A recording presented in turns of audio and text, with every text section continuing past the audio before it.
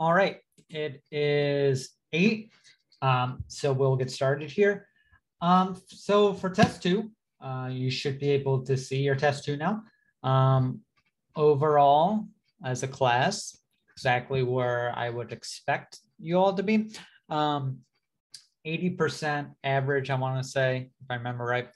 And there were really not one question that like everybody seemed to miss on. So yeah, good job, everybody. If you have questions specifically, either let me know via email or my office hours, and we can look at your test one-on-one. So if you have a question about how I scored something or a question of why something was marked wrong, let me know by email or office hours, and we can go on with that. Otherwise, we have quite a bit to cover today. So I'm going to jump right in. Just as a reminder of what we were talking about, we have jumped into our sugars, and we ended on Wednesday talking about our disaccharides, talking about how to name these linkages, talking about an anomeric carbon, what is an anomeric carbon, and what is a reducing and a non-reducing sugar. So that's where we were on Wednesday. And what we're going to start with today is we're going to look at examples of common sugars found in biochemistry. And the first one we're going to look at is cellulose. Probably the most prevalent sugar in the world. And that's because it's found in our plant cell walls. And cellulose is just glucose repeated over and over and over again. And the linkage of cellulose is beta-1,4. So if we remember how to do our linkages, here we have an anomeric carbon. So we have to say, okay, is this bond that we're seeing beta or alpha? The bond is going up. CH2OH is going up, so that's beta. The anomeric carbon on a 6-membered ring is carbon 1, so that's why it's beta 1. Over here, we have an anomeric carbon, so that's carbon 1, 2, 3, 4, so that's beta-1,4. Remember, carbon 4 is not anomeric. And because that is the case, we do not give carbon 4 alpha or beta.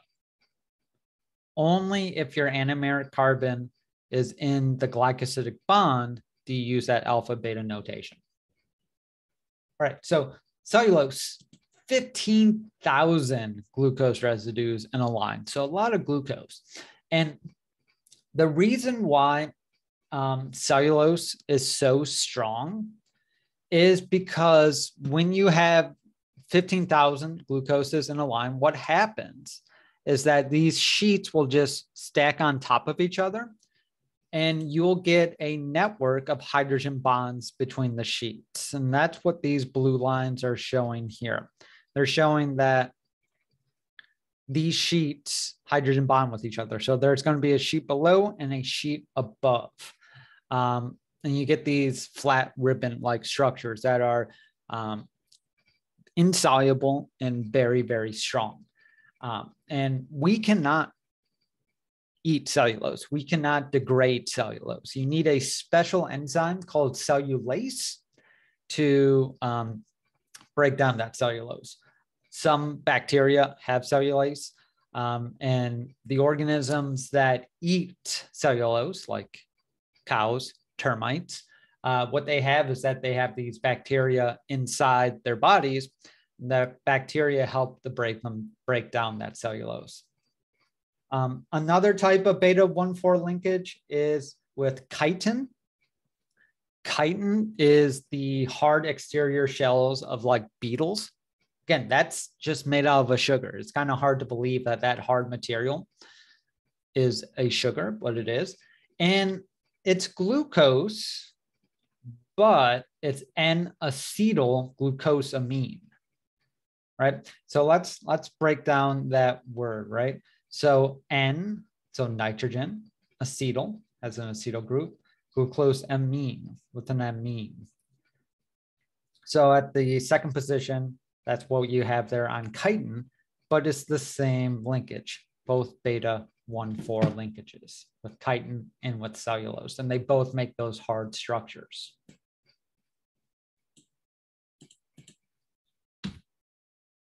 So just to make sure we're all, here, present, awake, here are some questions. And what I would like you to do is, if you have a guess or an answer to these, just send me a private message via chat, and so I can record that people have been participating. So let's just remember what I just told you. So cellulose is beta 1,4.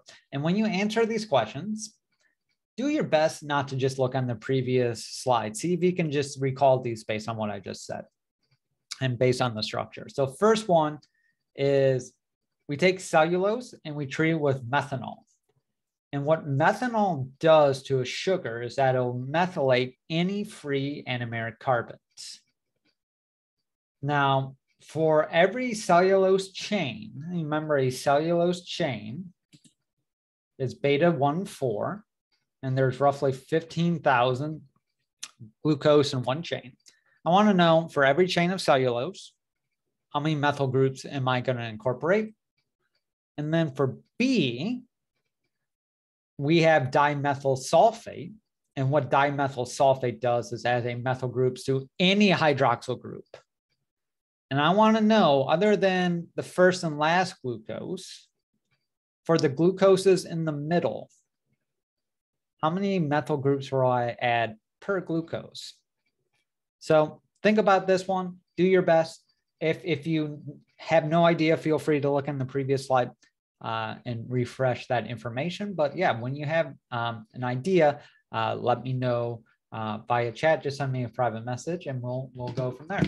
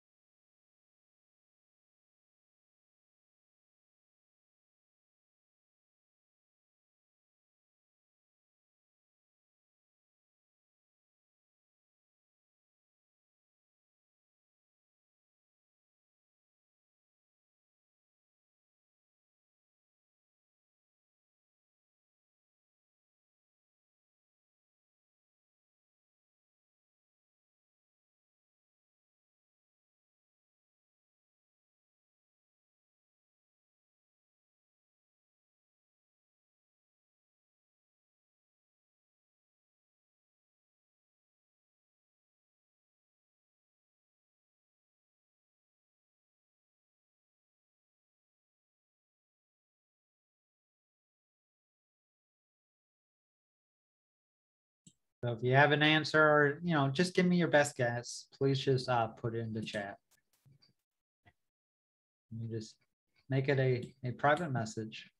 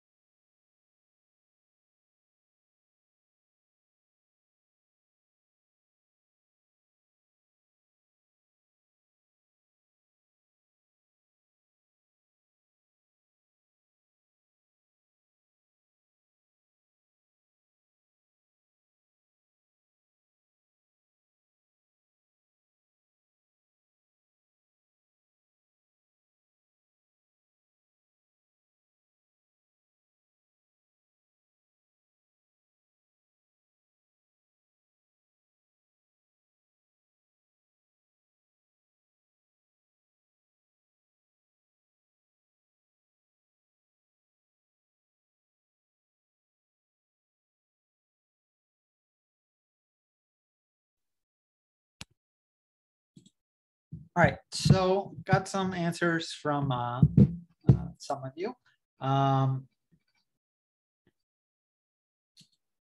Seems like there is still some confusion with what glucose looks like, and that's fine. Or not glucose, cellulose. So let's take a look at this. Cellulose is true methanol with methylates a free anomeric carbon. Therefore, for 15,000 glucose and 1 cellulose, how many methyls will you add? Well, let's go back. So cellulose is beta 1,4. So here we're looking at the middle of a chain of a cellulose. And so let me draw carbon number 1 or glucose number 1, and I'll draw glucose number 15,000.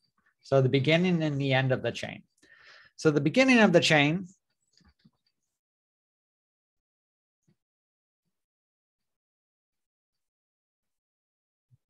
there we go, CH2OH. And there's an OH right there, OH. So the beginning of the chain does not have a free anomeric carbon because that's in a glycosidic bond. So the beginning of the chain does not get methylated. The middle of the chain does not get methylated either. There is no free anomeric carbon. So let's look at glucose 15,000, the very end of the chain. So this is number 4.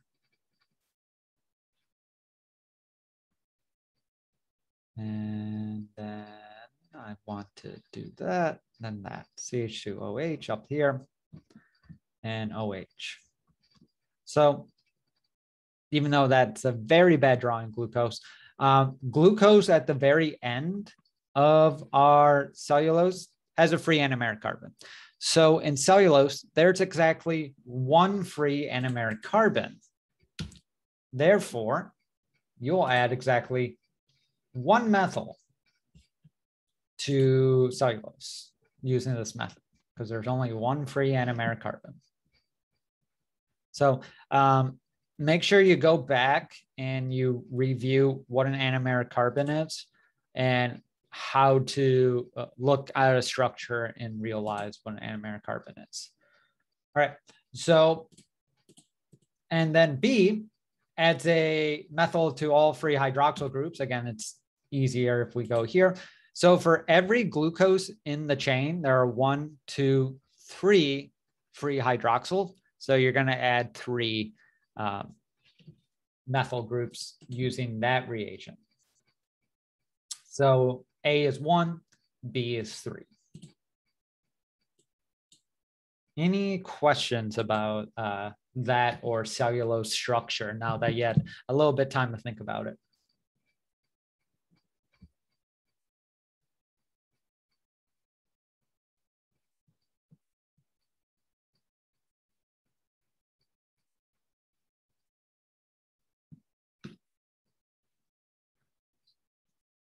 All right. So let's talk about the sugar that we can actually eat then, because cellulose we can't.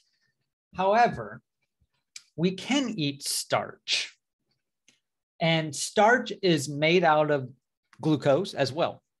And the only difference between starch and cellulose is the glycosidic linkage. So starch has an alpha 1,4, and we can eat that. We can digest an alpha 1,4. Cellulose has a beta 1,4. We cannot eat that. So literally the only difference between something we can eat and something we can't eat is the direction of this bond, right? If it's pointing up, we cannot eat it. If it's pointing down, we can eat it. So for starch, you have 2 different types of molecules that make up starch, even though it's glucose, but there are some slight differences. And the 2 molecules are called amylose and amylopectin. So amylose is in blue, amylopectin's in black over here in the top right. So let's start with amylose because that's easier to think of. And amylose is simply glucose in a alpha 1,4 conformation. That's it. It's just one chain of glucose. Amylopectin is branched.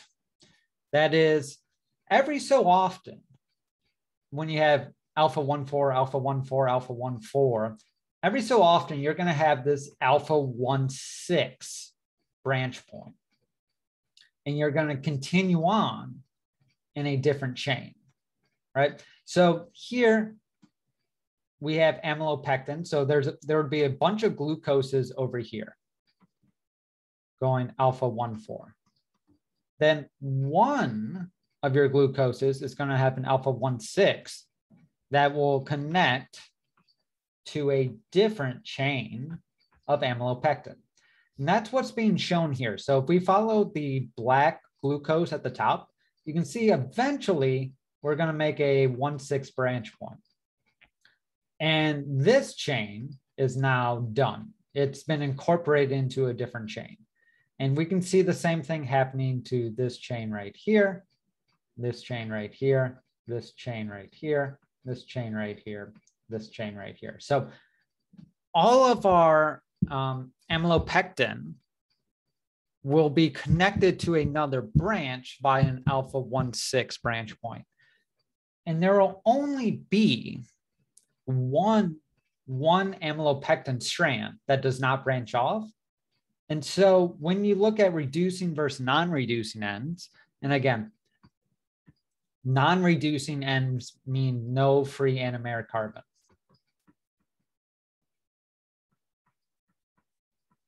While reducing end means free anomeric carbon.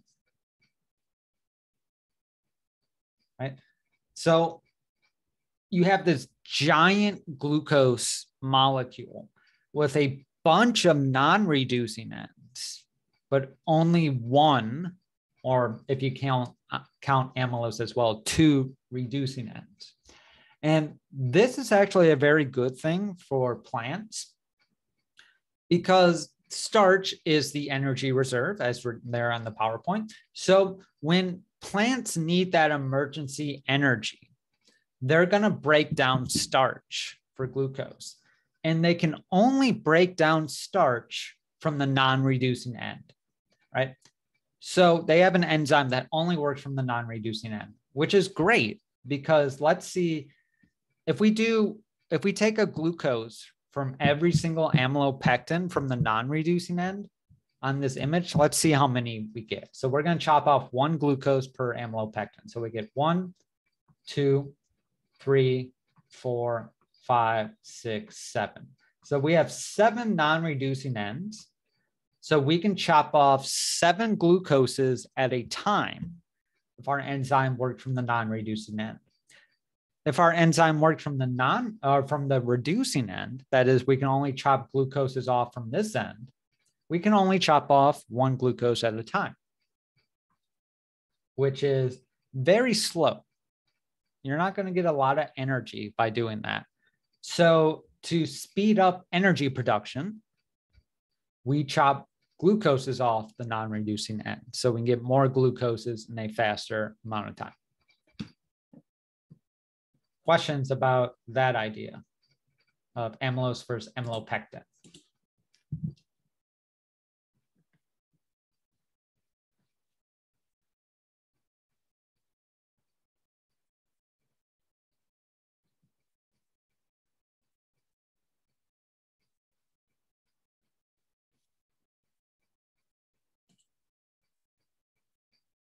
So the enzymes care what directions bonds are in. Yes, very much. For us, like I was saying at the very beginning of this slide, our enzymes can only chop an alpha-1,4. We cannot break down a beta-1,4. So if we eat cellulose, we can't digest it. So we just call that that's basically fiber for us, right? But starch, we can digest that. And it all has to do with the direction of a bond. Because enzymes are very specific about what molecules they want to work with, extremely specific. For the most part, at least. There are some enzymes out there that aren't so specific. But for the most part, enzymes in general are.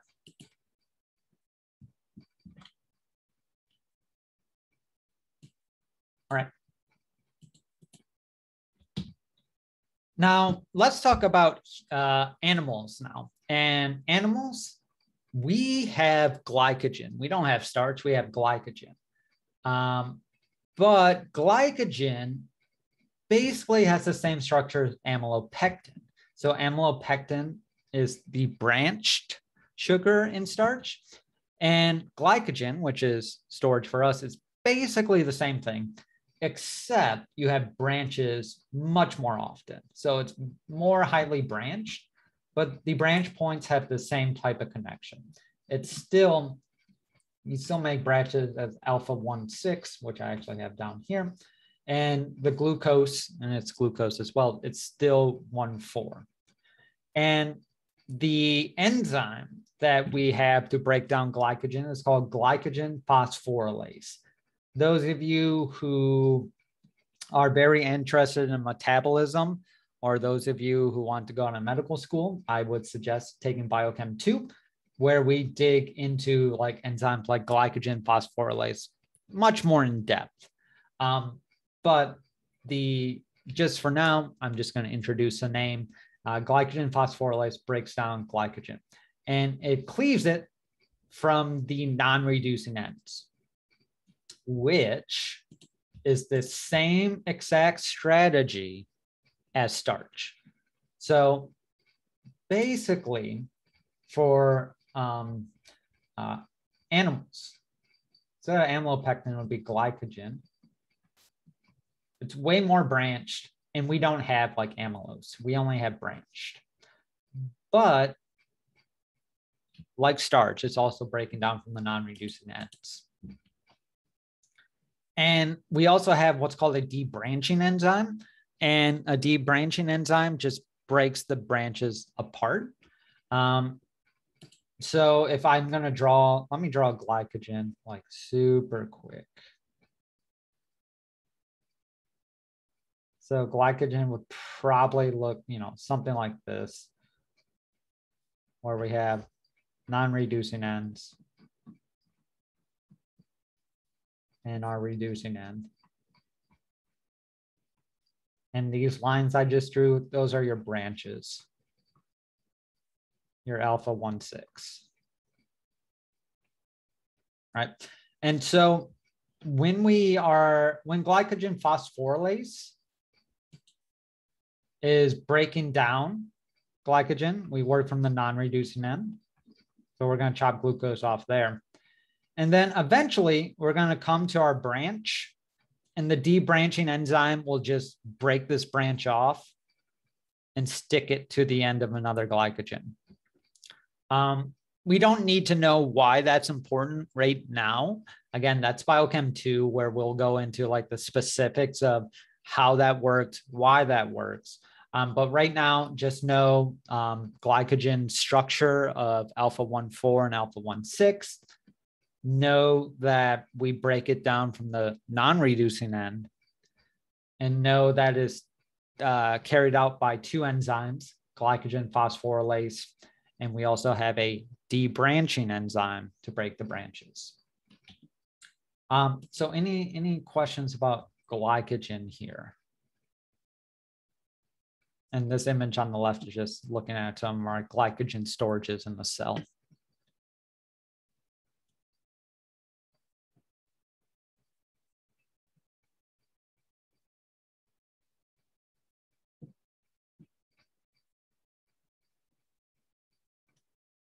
All right.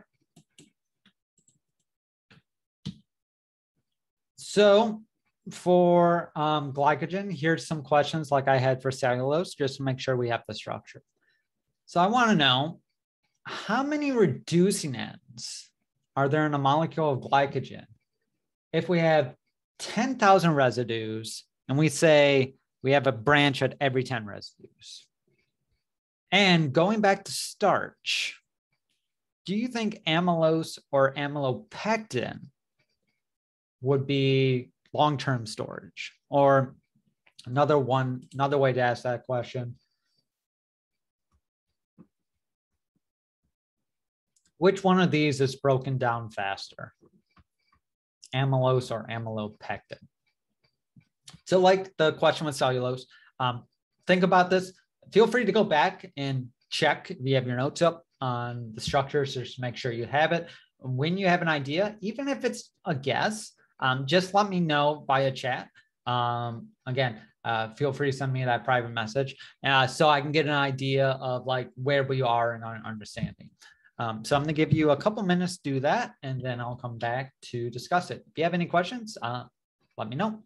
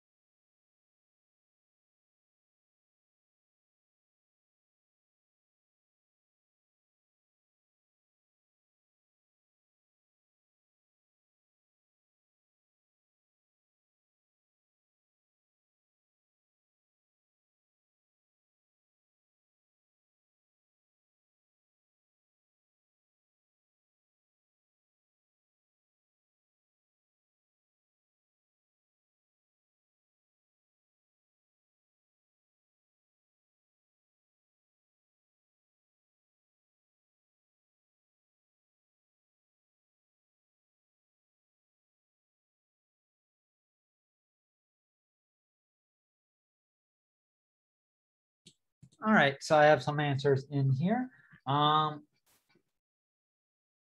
Again, for A, remember, if we go back to our structure, amylopectin, because amylopectin is basically looks the same as glycogen. Right? So no matter how big glycogen or amylopectin is, you're only ever having one reducing end, right? So if that's still like a little bit confusing to you, highly suggest go back to the PowerPoint from Monday, the earlier slides for this PowerPoint that we're on. Make sure you understand what is reducing, what's non-reducing. And for amylopectin is 1. And then B, is amylose or amylopectin more likely to be long-term, or which one's broken down faster? So amylose is more likely to be long-term, which means amylopectin is broken down faster. And the reason for that is we break down from the non-reducing ends, right? So amylopectin, and I already did the numbers, is like broken down 7 times faster than amylose. And that's kind of why plants have these 2 different storages, right? Because the bonds themselves between amylose and amylopectin look exactly the same. So the enzymes work exactly the same when breaking down amylose and amylopectin to glycogen monomers. So if we don't have any branch points for amylose, it'll be broken down a lot slower than amylopectin, because amylopectin has 7 non-reducing ends. Amylose excuse me, only has one. So amylose would be your long-term storage. Any questions about that?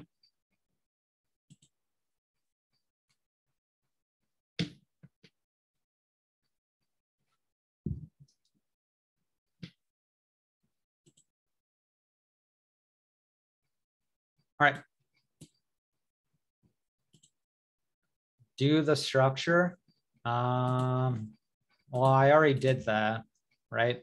When I did cellulose, it's the same thing, 100% the same thing. The only difference is that branch point, right? So reducing end, this has OH right there. That's our anomeric carbon.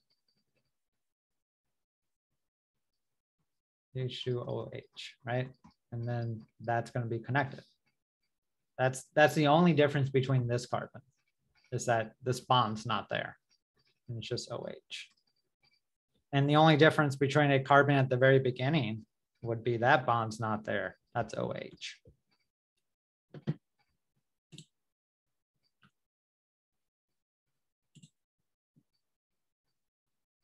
Do structures come into play for storage?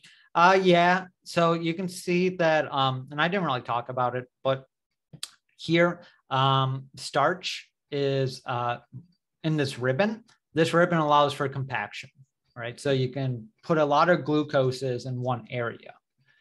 So yeah, this alpha 1,4 allows it to be a nice ribbon. The beta 1,4 makes it a line, right? So good for a cell wall, good for compact storage. Can amylose branch at all? If amylose did branch, then it would be called amylopectin. So by definition, no. Otherwise, it would not be amylose, because they are just glucose and alpha 1,4 linkage. That's the only difference between amylose and amylopectin is, do you have branches or do you not have branches?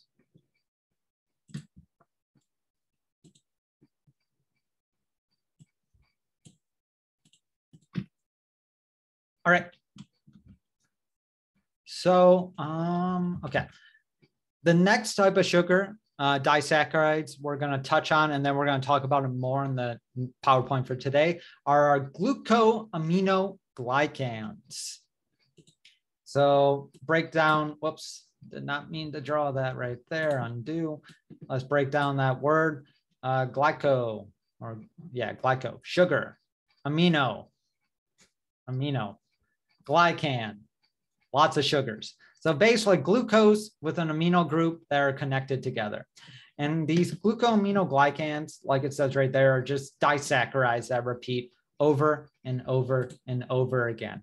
So like hyaluronate, for example, would be these two sugars just repeated over and over and over again. And for these, I don't need you to memorize the structures. Like I'm not going to give you a disaccharide and ask, okay, which one are we looking at? Are we looking at dermatan sulfate or keratin sulfate? Rather, I want you to know the characteristics of these glycosaminoglycans. And that's listed right here. So these glycosaminoglycans are going to be in your extracellular space, right? Connective tissue, collagen, proteins are all going to be mixed into these. And they're going to be unbranched. So unlike what we were just talking about, these are just straight lines. And these are very negative. You can see on all of our glycosaminoglycans, we have negative groups, right? And these negative groups all attract water. Well, one, the sugars themselves will attract water. These groups also attract water. And you get this, as it says right there, you get very slimy, mucus-like texture because of all that sugar and water coming together. And since these are so highly charged, they're very negative, they generally don't want to be in contact with each other, which makes it great for your connective tissue. If we were in class right now, what I would do as an example is I would jump up and down. And then I would explain to you why I'm jumping up and down. If you look at my knees, you can see my knees are not exploding, right? From the pressure of me jumping up and down. The reason for that is we have these glycosaminoglycans in our joints, and they form these very slimy like pads that serve as shock absorbers. Because when you press down on your joints, one of the things that happens is that you are trying to bring these glycosaminoglycans together. These glycosaminoglycans are negatively charged, and so they repel each other, which helps with shock absorbers and like when you're jumping up and down on your knees. And that's why if you have like bad joints, what might be suggested to you is to go and buy some glycosaminoglycans to eat. So here's a bottle of chondroitin, which is just these molecules. They're glycosaminoglycans. So yeah, that's why, like when you go to the vitamin aisle and you ever see glycosaminoglycans, that's what these are.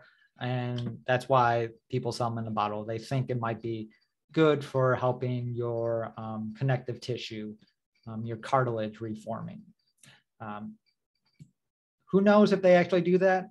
From my reading of the literature, it's unsure that they actually do anything, because if you just eat them, your body will kind of break them down. It's not like it's going to take them from your stomach and just put them right into your joints, but they might encourage the growth of these in your connective tissue. So still some unknown questions if actually buying these and taking these actually help. But yeah, that's glycosaminoglycans. And I do have some questions here. Again, since we have quite a bit to cover in the next PowerPoint, we're not going to go over these in class. I would suggest, again, take a look at these problem 4 questions when reviewing, just to make sure you understand the idea of glycosaminoglycans. And if you have trouble with problem 4 on your own review, let me know, and I can talk to you one-on-one about that. But like I said, I want to go and start the PowerPoint for today. So let me pop that up.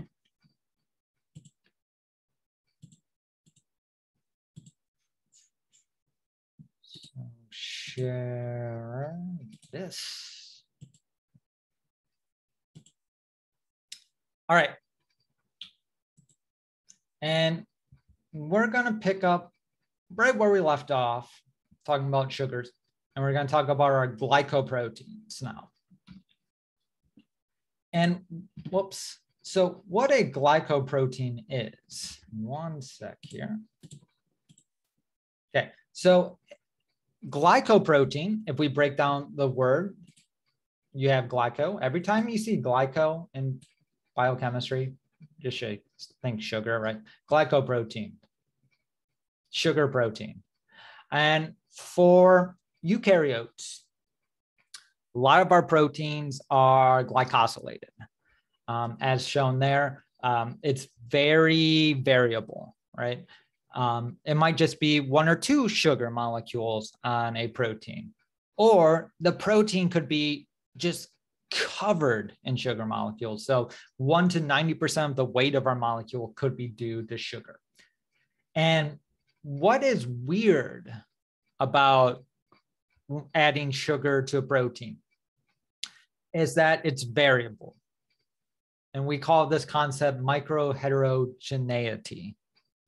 And that is, let's say you have 6 identical proteins. And I'm just going to say you have 6 copies of protein A.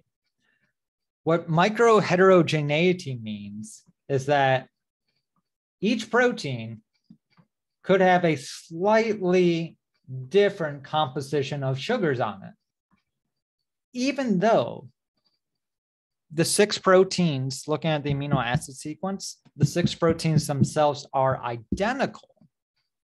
The sugars that get put on them aren't identical. It could be different numbers or different types of sugars. That is called microheterogeneity.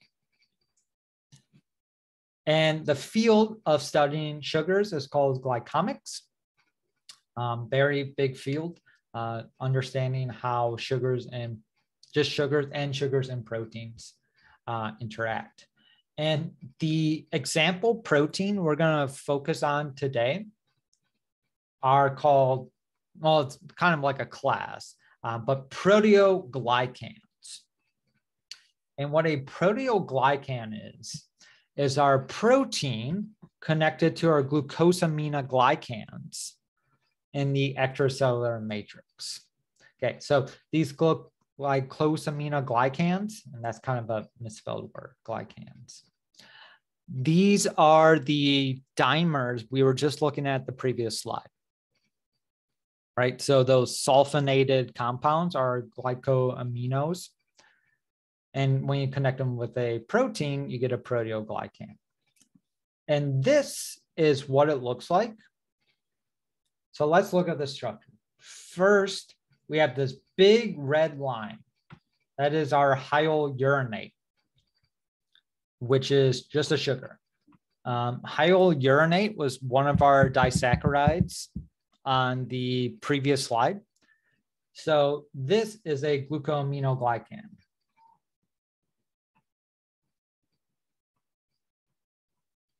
And you can see it is huge. You have this massive sugar compound that makes up like the body of our proteoglycan. Off of these hyaluronate, you have oligosaccharides. Well, actually, sorry. Let me undo that. Getting ahead of myself. Directly connected to the hyaluronate are our core proteins. So the black straight line is our amino acids forming a protein. And they're connected through other proteins, which are called linker proteins. And they're not shown in this one image. But so we have hyaluronate, and off of these, we have proteins called the core protein. And you have many copies of the core protein. Off of this core protein, now we can get to it, are N-linked oligosaccharides. So this means if they're N-linked, they're going to be connected to asparagine. So we just have sugars coming off the amino acids at the very beginning and at the end. So at the end of our core proteins, in the green and blue, we have keratin sulfate and chondroitin sulfate. Again, these are our glycosaminoglycans we talked about in the previous slide. And so what happens, protein, linked protein. What happens is that you have this massive, massive sugar and protein molecule that sits in your extracellular matrix. And it's going to be very hydrogenated. You're going to have a ton of water, and it's very, very negatively charged. Because of that hyaluronate, because of the keratin sulfate, because of the chondroitin sulfate, all of these carry negative charge. So this is going to make up the tissue I was talking about in the knees, your cartilage and all that. You're going to have this very hydrated, negatively charged gel on the outside of your cells, and it's made up of this big proteoglycan. So before I move on to the next slide, which I think I talk more about proteoglycans, any questions about the information here?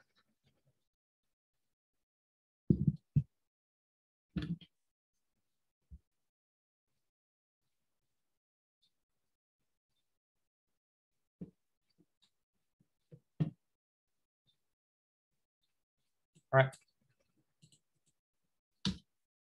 So if we look more in depth of our proteoglycan in the bottom left here, you get, so this image is the same image we were looking on the previous slide, just, somebody actually drew it.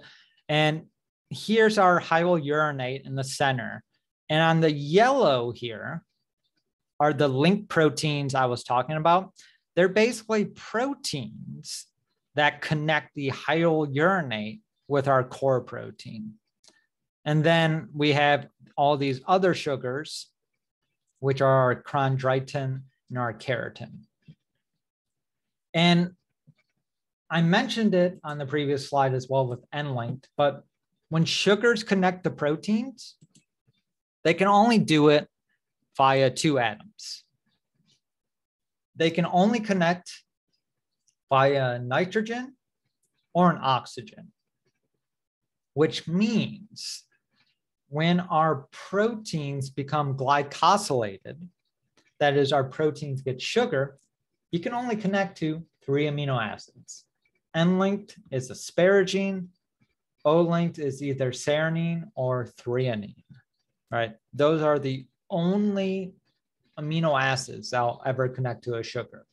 And so here we're showing that we're connecting the serine up here, connecting to asparagine up here. So we connect via the side chain, right? Never the backbone, always the side chain. Like I mentioned, hyaluronate is huge, massive, 100 core proteins, 4,000 to 40,000 angstroms, which is 400 nanometers to 4,000 nanometers, or 4 micrometers. So you can definitely see this like under a microscope shown. So this is actually a microscope image of this compound, your proteoglycan there. Like I said in the previous slide as well, very hydrated, your cartilage. And this is kind of what it's going to look like in the extracellular matrix. You have your hyaluronate, you have your core proteins, and you have collagen just all weaved in here to make this very hydrated gel structure to serve as your cartilage. So yeah, your cartilage is just sugar proteins.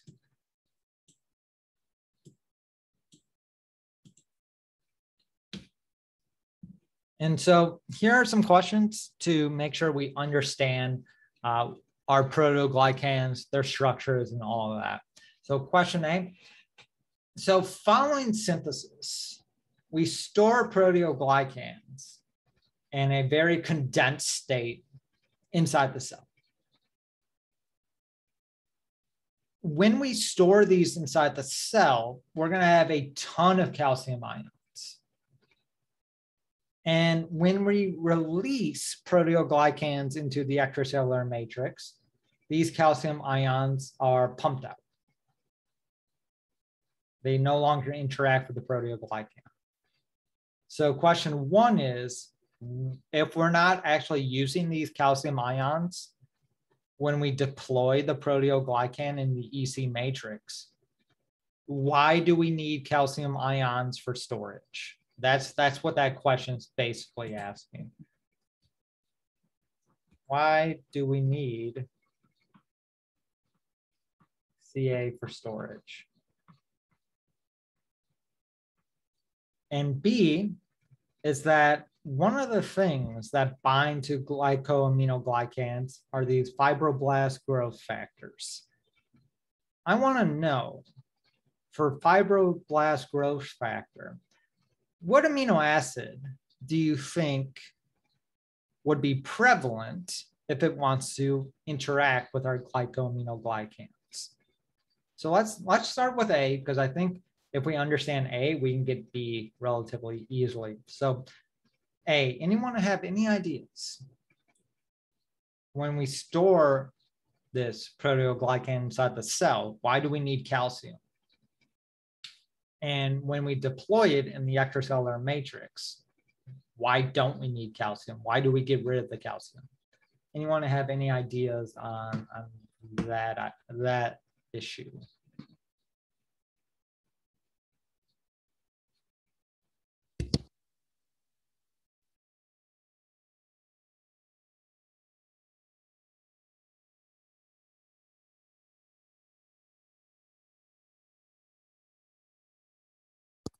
Is it for muscle contractions? No, this is, these proteoglycans are not involved in muscle contractions.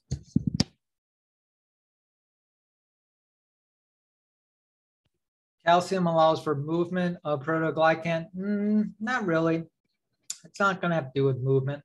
Signal transduction pathways? Nope. Proteoglycan has nothing to do with signal transduction. What everybody's been saying does have to do with calcium. But let's think about calcium in terms of proteoglycan. Remember, what does proteoglycan do outside the cell? It's our cartilage, and it's this expanded gel-like structure.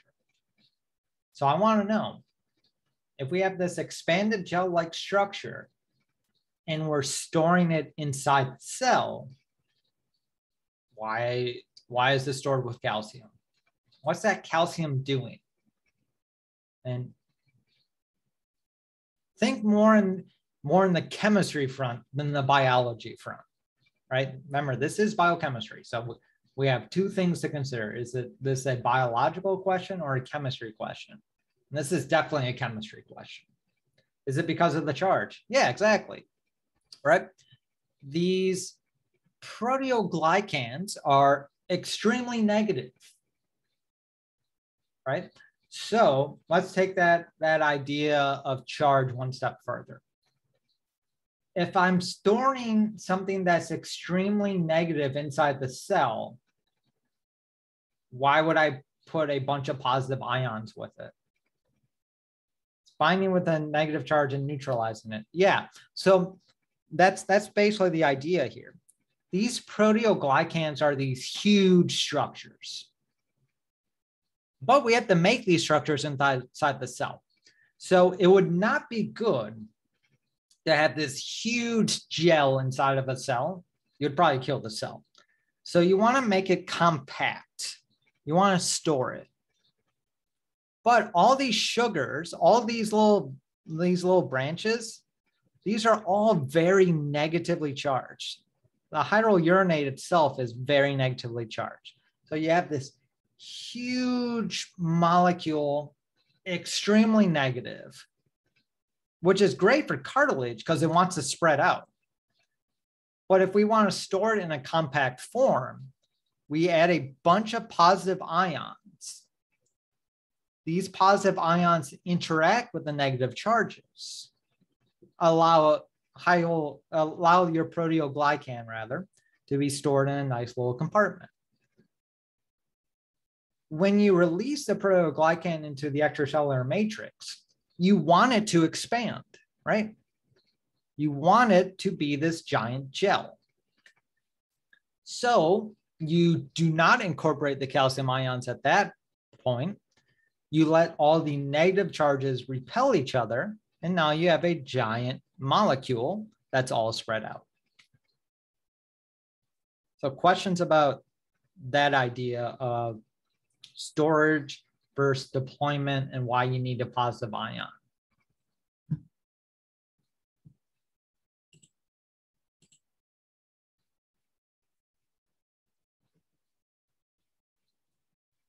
And if not, then we can go to B that asks, if I want to interact with this proteoglycan,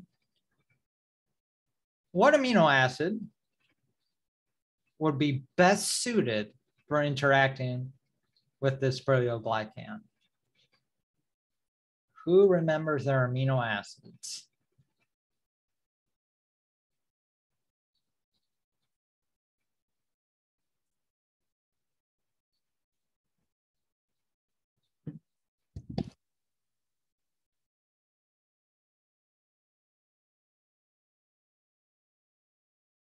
So lysine, that would be one. Yeah. What's the other one?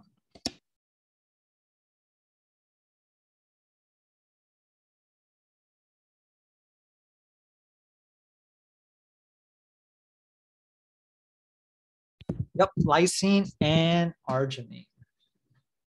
That would be our two amino acids because they are both positively charged. And so the positively charged amino acids can interact with the negatively charged proteoglycan. So any questions about proteoglycans at all?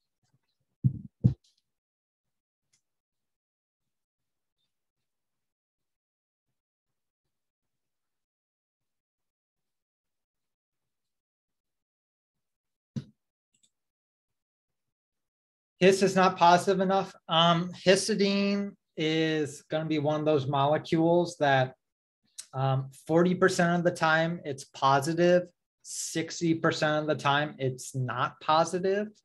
That's due to its pKa. So if you're looking for a positive amino acid to do a job because it's positive, you're either going to use lyse or arg. Histidine is really useful when it comes to mechanisms because of its ability to be positive or neutral easily. But if you're talking about a positive and a negative interacting, like you want to make that interaction, you definitely want to use arginine or lysine.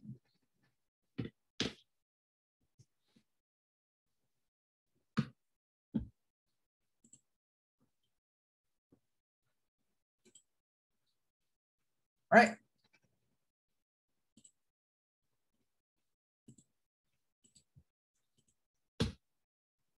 Question 2.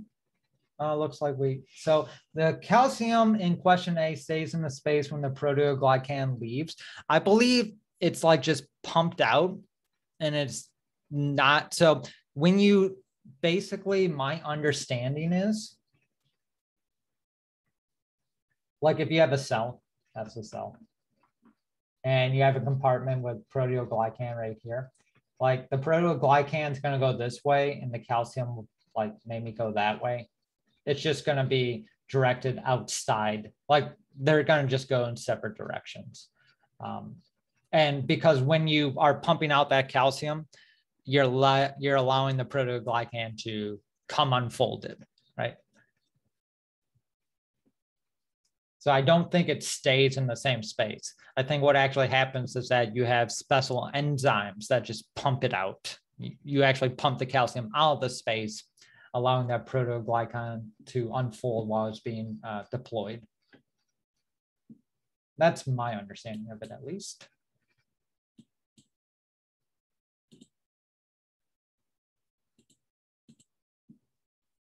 All right, so question 2 here.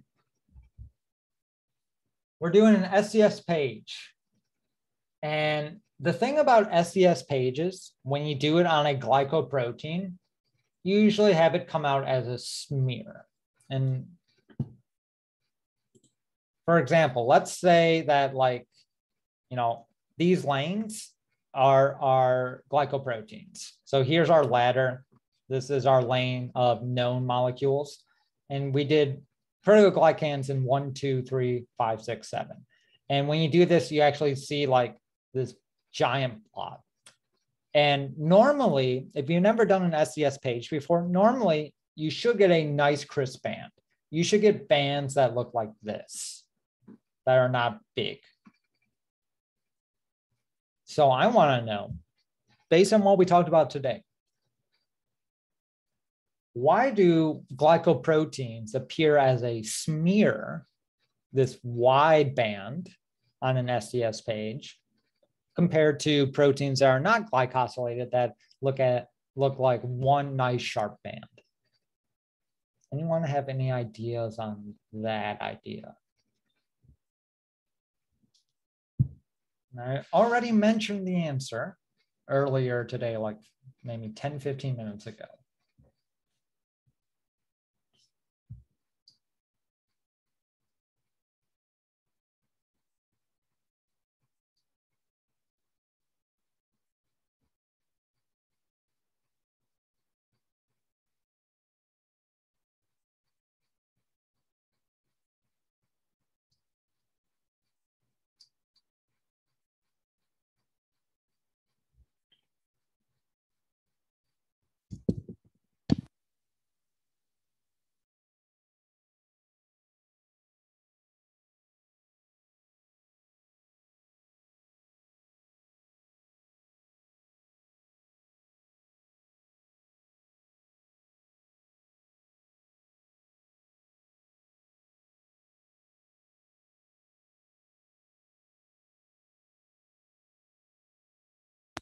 So here's another hint, as I'm not seeing anything pop up in chat.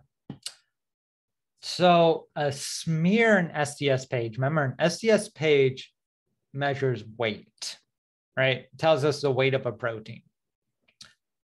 If you have a smear like this, that means in that lane, you had proteins that are slightly different weight, right? All the weights are slightly different, which causes this widening of this band. What is it about glycoproteins that would give them this property and non-glycoproteins would not have this property? What is that called again?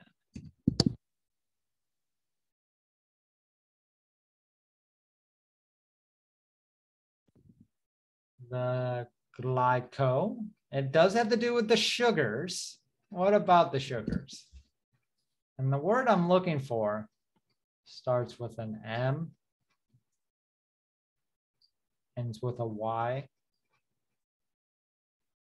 second letter I.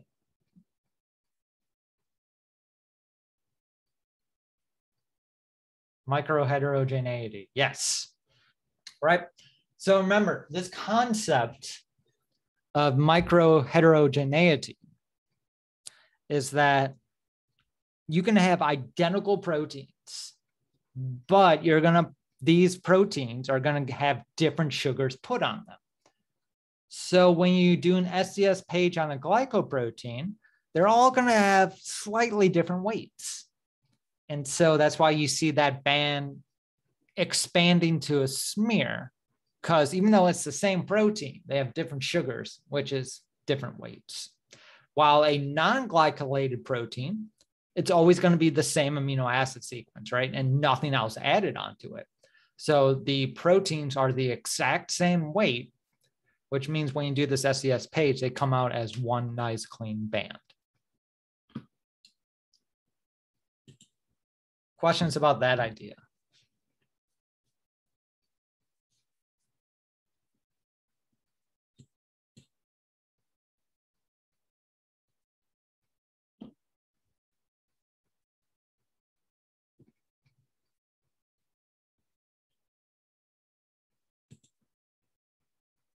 All right. So let's just see. Okay. And so the last thing we're going to talk about when it comes to sugars is just the cell wall of bacteria and this idea of a peptidoglycan, right? So let's talk about peptidoglycan. Let's bring that word down again. I guess I should see peptido. So the first word, peptido, is basically peptide. Glycan is sugar. So again, this is just a fancy way of when you see peptidoglycan, they're basically just shoving the words protein and sugar together to make a new word. So this is a protein sugar wall. And we classify bacteria as either gram positive or gram negative. And that has to do kind of with the peptidoglycan and also different cell walls. So a gram positive bacteria has a big peptidoglycan layer, but does not have an outer membrane. A gram negative bacteria has a very tiny peptidoglycan and a complex outer membrane. And the reason why these are called gram positive and gram negative is because of an experiment where you try to stain it, and it's called a gram stain. And this outer membrane protects bacteria from chemicals. It kind of screens these chemicals and does not allow it to go inside the bacteria. So gram positive does not have this outer membrane, so they do get stained. Gram negative do not. These gram negatives are the ones that are going to be resistant to antibiotics. If you get an infection with gram negative, it is much harder to deal with than a gram positive because of that membrane. But what I want to focus on here is just the peptidoglycan. because we are in the sugar chapter right now. And what a peptidoglycan is that it's a repeat of two sugars. And they're beta 1,4 linked. And the sugars are acetylglucosamine. And we actually already seen acetylglucosamine today. And that's going to be connected to acetylmuramic acid. So you have a glucose and a muramic acid that are in our beta 1,4. Again, let's just go over how this linkage works. So here's our anomeric carbon. That's carbon number 1. Bonds going up. Check that with the CH2OH. That's going up as well. Same direction, beta. Here on our muramic acid, carbon 1, 2, 3, 4. This is not anomeric, so it does not get an alpha and beta. It's just 4. And these disaccharides are going to be repeating, and that's what's shown here on the orange and yellow. And every so often, one of your muramic acids, it's going to bond to a tetrapeptide. And actually, since I've actually done research on peptidoglycan, I'll just point out that your book is wrong because it says it's always a tetrapeptide. That's not true. It can be a pentapeptide. It can be a tripeptide. The amino acids, the number of amino acids can change. But here we're representing it as a tetrapeptide. And what's really interesting about this tetrapeptide, and I mentioned it when we talked about the amino acids, is that you have D amino acids. You have a D-alanine in your tetrapeptide. One of the rare occurrences where you find a D amino acid. So that's what these spheres are, these blue spheres. These are tetrapeptides connected to our muramic acid. So basically, it's nice and color-coded, but imagine like this image is just shrunk to match with the orange, yellow, and green. And one more complication is that the lysine at position 3,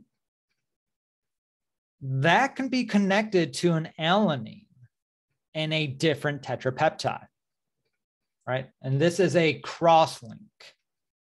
That's what the purple is showing. It's showing that these peptides are being connected together. In your image, it's a little misleading because they have a cross-link happening at every tetrapeptide. And again, that doesn't happen. Only 40% of your tetrapeptides will be cross-linked. And so the way you want to think of the peptidoglycan layer, think of it like a giant net with holes of variable sizes. That's basically what it is. It's a protein sugar net with holes in it, and it's just different size holes. You can have very small holes because you have a lot of cross-linking, or very big holes because you don't have cross-linking. And one way to kill bacteria is to break apart the peptidoglycan layer because it's necessary for that bacteria to live to have this layer. And so one enzyme that we have is called lysozyme. Lysozyme is actually one of the most studied enzymes because it's very easy to get because it's found in tears, mucus, other secretions. We just have a ton of lysozyme in us. Eggs, one of the most abundant protein in eggs, like chicken eggs, is lysosome or lysozyme to fight off any bacterial infection. So very abundant. And what lysozyme does is that it cuts this beta 1,4. So lysozyme will go and break that bond. And another way to prevent bacteria infections is penicillin, the first antibiotic discovered. And what penicillin does is that it stops this cross-linking, right? And without this cross-linking, you can't have a peptidoglycan. None of these chains would be connected to each other. So you just have long chains of sugars that aren't held together. And of course, now bacteria have their own enzyme to deactivate penicillin. So penicillin is becoming less and less useful since we've been using it so often. But that's the peptidoglycan layer. That's some of its interactions, some of its bonding. Any questions about anything about the peptidoglycan layer or anything we have covered up to this point?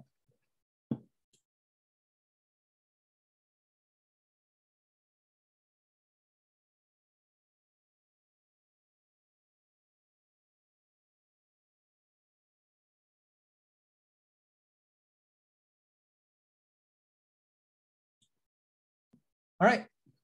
If not, that should end chapter 8. That ends our sugar chapter. And now we're going to move on to the last biomolecule we're going to look at in depth, and that's the lipid. So we're going to move on to our fats now. And we're going to start with just simple fatty acids, right? And we start off with our definition. So a fatty acid is exactly what the name says. As a carboxylic acid plus a long hydrocarbon side chain. And usually these are 16 and 18 carbons in length. Anything lower than 14, greater than 20 are uncommon. Here I'm just showing some of the common types of fatty acids: stearic, oleic, linoleic, alpha linoleic. Don't worry about like the common names. What I am really interested in that you know how to do is giving lipids these systematic names. So let's start with that. The way we name fatty acids is that carbon number 1 is the carboxylic acid. And then you just number all the other carbons in the chain. So for example, stearic acid has 18 carbons. And so we say, that's what this 18 means. It means there's 18 carbons. This next number, the colon 0, is telling us double bonds. So 18 total number of carbons. This 0 is number double bonds. So we have 0, so this one's easy. It's 18, 0. If we go to the next fatty acid, we can see that at carbon 9, we have our double bond. So 1, 2, 3, 4, 5, 6, 7, 8, 9. So here, it's still 18 carbons. So it's 18 colon 1, because we have one double bond. And this delta 9 is telling us what carbon does the double bond begin with. So 18 total carbons, one double bond. The double bond first appears at carbon 9. And then linoleic, 18, 2. So 2 double bonds. One double bond starts at 9. The other one starts at 12. So that delta, you have to do that for every single double bond. You have to tell me where it starts. Alpha linoleic, 18, 3. 3 double bonds. Delta, 9, 12, 15. Right? So that's how you systematically name any fatty acid. And based on double bonds, we give our fatty acids name. So if you have no double bonds, you are a saturated fatty acid. And the way I remember that is that you have the maximum number of hydrogens. You are saturated with hydrogens. If you have at least one double bond, you are unsaturated. So that's what a saturated and unsaturated fatty acid means. As in this bullet point, half of fatty acids in plants and animals are actually unsaturated. Many are polyunsaturated. So if you want to go to further classification, the last two are polyunsaturated. You have multiple double bonds. Now, there's another naming system that's actually used to make this a little more complicated. So normally the first carbon on the carboxylic acid is 1. However, you can actually call the last carbon 1 as well, except we call that omega 1. So that W is lowercase omega. And when you're counting carbons like this, you start from the very last and you go up. So omega 1, omega 2, omega 3. And if you have a double bond at the omega 3 position, this is called an omega 3 fatty acid. Those of you who are interested in healthy eating and looking at all that research, you probably come across omega 3s. These are found in fishes. Very good for your neurons. We need omega 3s, but we can't make them. So we need to eat them. But that's what an omega 3 is. This next amino acid, we do the same type of counting, is omega 1, omega 2, omega 3, omega 4, omega 5. This is called an omega 6 fatty acid because we have double bond at the 6th position. And usually you either say omega 3 or omega 6. Oleic's technically an omega 9, but there's like no special properties that I know of. So usually people only say omega 3, omega 6. Continuing on with just some basics, double bonds are always going to be like in cis. That's due to sterics. And if they were in trans, you could have some carbons hitting against each other. Here we have just the hydrogens in close contact instead. And when talking about unsaturated versus saturated fatty acid, the unsaturated fatty acids are very bent. And so they don't pack very well. Saturated fatty acids can form a nice line. And so you can pile on saturated fatty acids one on top of each other. And so saturated fatty acids, they're thought more, if you want to talk about the health, they're like the bad fatty acids, because since they pack so well together, they form a solid very easily. Unsaturated fatty acids don't stack well together. And so they form a liquid. So saturated fatty acids kind of get clogged up inside your body. Unsaturated fatty acids don't as much.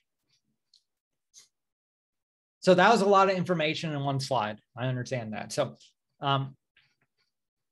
any questions about the information presented here, or anything you just want me to repeat that you didn't quite get? Anything at all about our first foray into the world of fatty acids?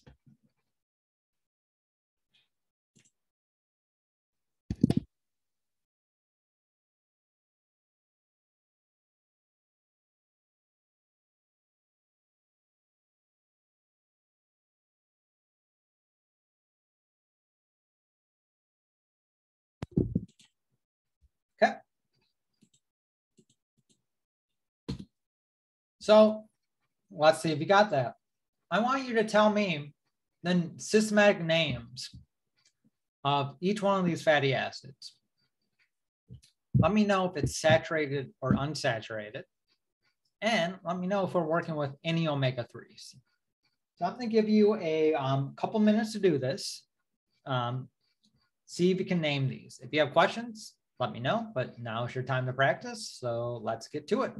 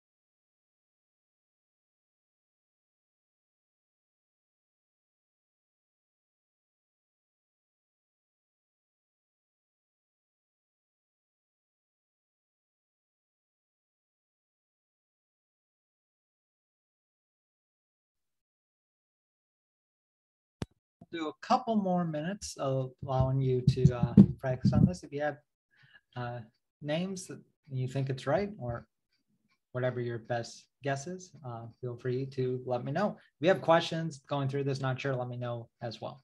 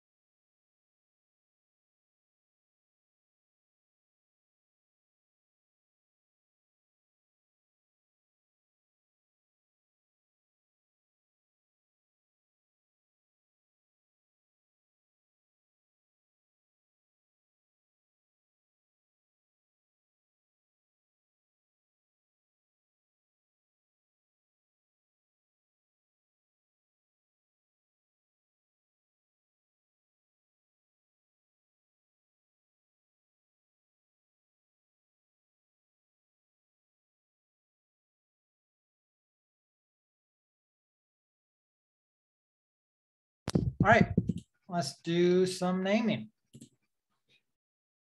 So let's go with A, start with the carbons. 1, 2, 3, 4, 5, 6, 7, 8, 9, 10, 11, 12, 13, 14, 15, 16, 17, 18. So this is an 18. We had one double bond, so that's an 18-1. Double bond was at position 9, so that's an 18-1, 9. And it's not an omega-3, so no omega-3. It is unsaturated because it has a double bond. In fact, all of these are unsaturated because they all have double bonds. So let's go with B. 1, 2, 3, 4, 5, 6, 7, 8, 9, 10, 11, 12, 13, 14, 15, 16, 17, 18, 19, 20. So this is a 20. And we had 1, 2, 3, 4, 5 double bonds. So this is 25.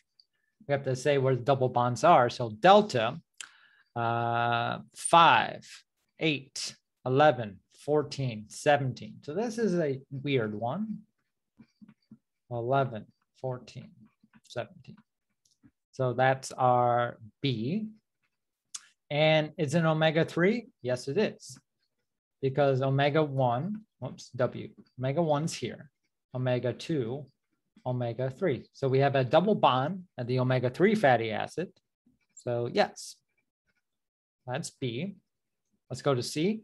1, 2, 3, 4, 5, 6, 7, 8, 9, 10, 11, 12, 13, 14, 15, 16, 17, 18. So this is also an 18 fatty acid, delta 1, 2, 3, 3 double bonds, delta 9, 12, 15.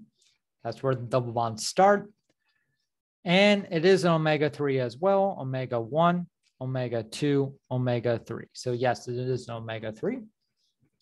Then D, 1, 2, 3, 4, 5, 6, 7, 8, 9, 10, 11, 12, 13, 14, 15, 16, 17, 18. 18 to delta 9, 12, not omega-3.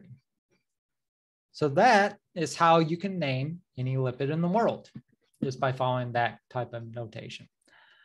Questions about that?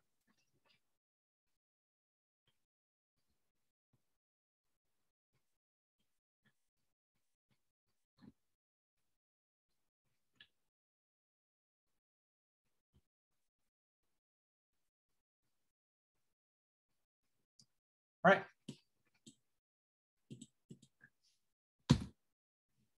So question 4 is one of these questions where I think this works better in person. But here's a table of fatty acids.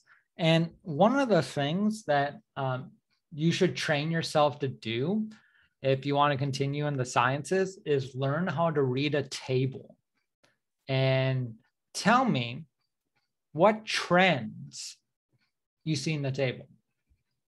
So that's what I would want to do right now. So I'm going to open it up. From this table, tell me any trends that you can see in the data. What can we pull out of this data and say, here's a trend I see?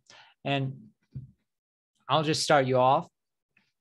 If you look at our fatty acids, in this table, they're always even numbers. And so inside the cell, fatty acids are usually an even number. So that's one trend.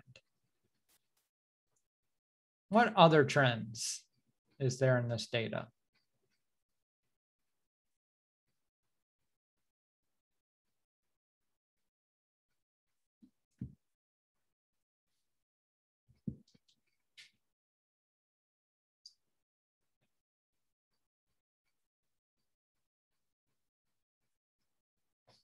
Actually, just looking at the clock for the sake of time, and since it takes a long time for people to type stuff out, let me go through some of the trends. So another trend, as your carbon length increases, your melting point also increases.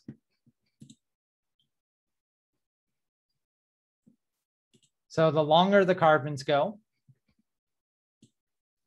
the higher the melting point is, the harder it is to turn into a liquid. The structure parts have even coefficients. Oh, you're talking about like the 10, the 12, the 14, the 16, the 18, the 20, the 22.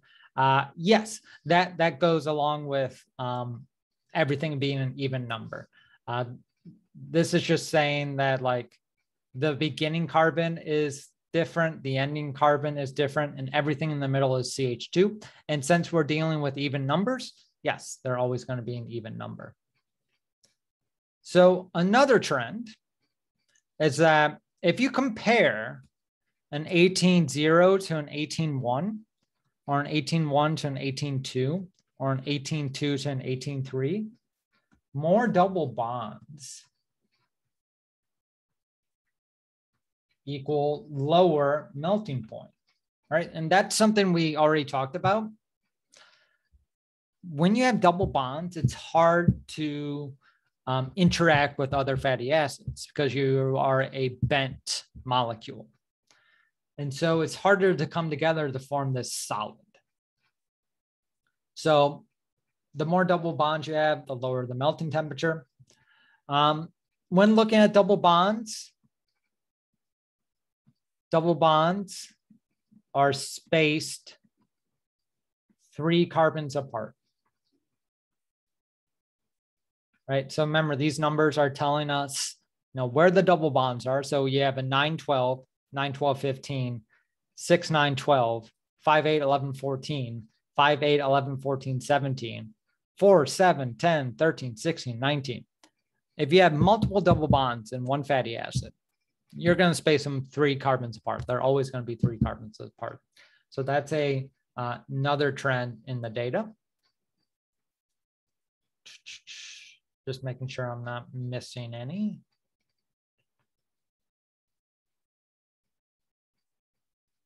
And at least in this data, if you have one double bond, it starts at 9. Most double bonds start at 9, but that's, as you can see here, that's not always the case. So yeah, that's the big takeaway from our fatty acid structure. Even numbers, more carbons is a higher melting temperature. More double bonds, lower melting temperature. Double bonds are spaced 3 carbons apart. So any questions about the data presented on this table, or any questions so far about anything at all?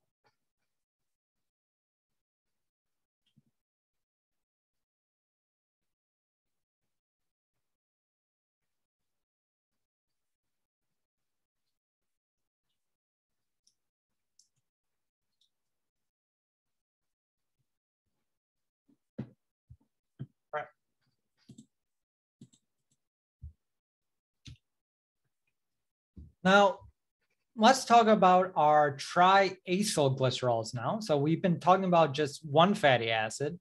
And when you combine 3 fatty acids to a glycerol backbone, this is the main storage of energy in plants and animals. And these are called triacylglycerols or TAGs. These are huge carbon compounds, so that's why they are nonpolar. Even though you do have oxygens here, they are dominated by the tails. And because they are nonpolar and water insoluble, that's why they are such a perfect energy storage for us. So one comparison to make when talking about this is the other energy molecule we actually talked about today, glucose or glycogen. And glycogen in animals, that's our glucose storage.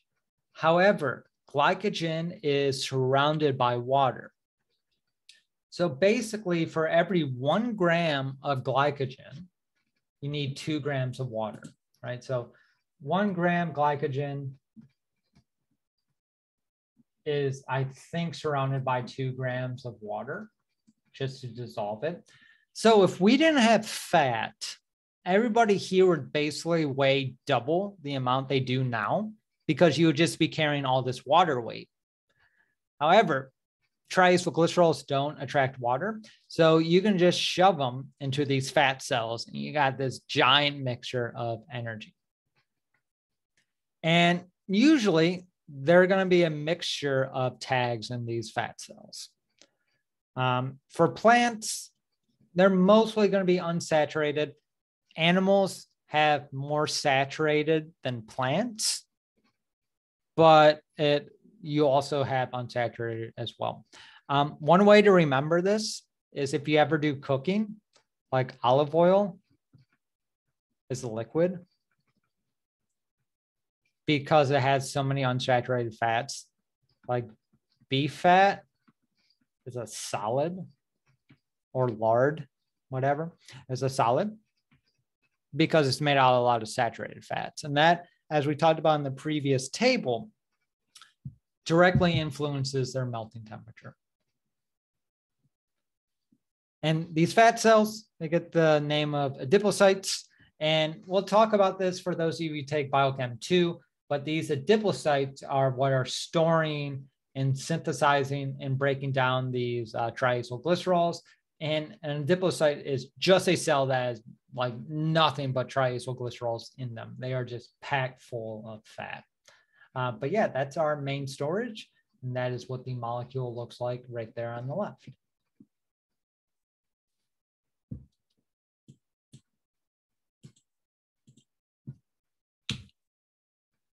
And so here's another question. Tags are used for storage, but we also have fatty acids in the lipid bilayer. Why don't you find triacylglycerols there? Again, for the sake of time, I'm just going to answer this. Tags, triacylglycerols, are nonpolar, right?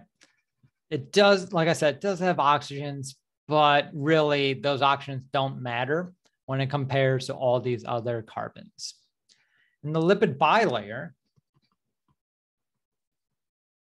of the cell membrane, you need a polar head. Glycerol is not polar enough, and so you'll never find like a tag in a bilayer. You're going to get different lipids for that.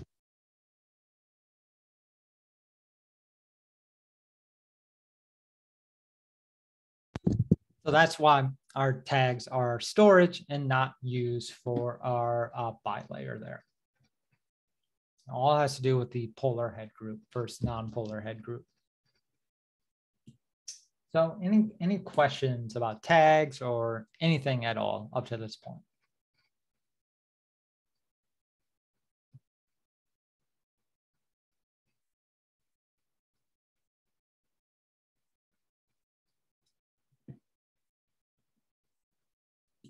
All right. Now, let's look at some of the head groups you can have on different lipids now for different tags. And let me get my pencil back out. So we're going to start with the glycerol phospholipid, which is shown right here. And glycerol phospholipids are made from glycerol 3-phosphate. So we have our glycerol here, but at one of the OHs, we have replaced that OH with a phosphate to make glycerol 3-phosphate.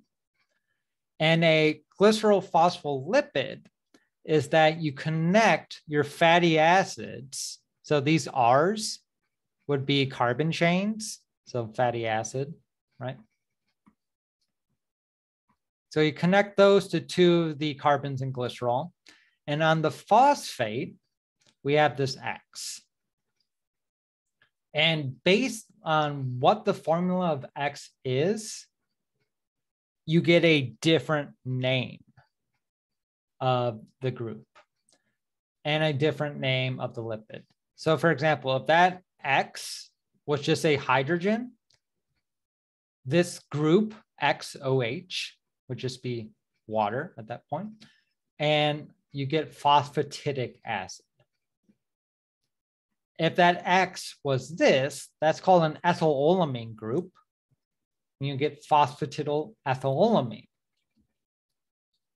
If you take that ethylolamine and replace the hydrogens with methyls, you now have choline, and this is called phosphatidylcholine. If that X was the amino acid serine, you get phosphatidylserine. If it's a sugar, that sugar is going to be inositol, so you get phosphatidylinositol.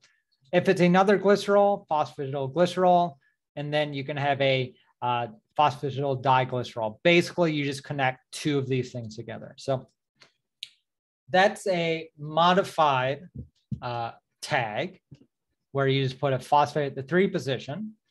You can make a glycerol phospholipid from that.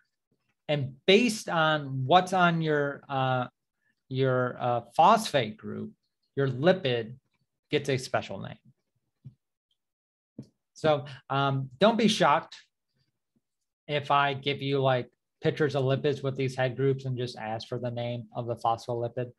That's something that could happen, but I would only draw from like this table, right? So just make sure you can recognize, okay, if X has this, that's called phosphatidylethylolamine. Or if it has another glycerol, that's called phosphatidylglycerol. So that's what I'm looking for people from this slide. Check the time. All right, just seeing where we're at here. Okay, I think since it's, yeah, we basically have 4 minutes left, and we just have a bunch of classifications to go through. So I think I'm going to pause right here, and we're going to stop at sphingosines and pick that up. And then we're going to work our way through the lipid bilayer and look at membranes and lipids as well. But yeah, that's it for today. As always, I will put up a homework that will go over some of the topics we went over today to give yourself some other practice.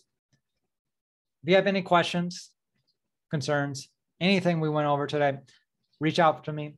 We can work through that. Otherwise, like I said, that's all I have for you today. Hope you learned something, and hope to see you all Wednesday. Take care, everybody.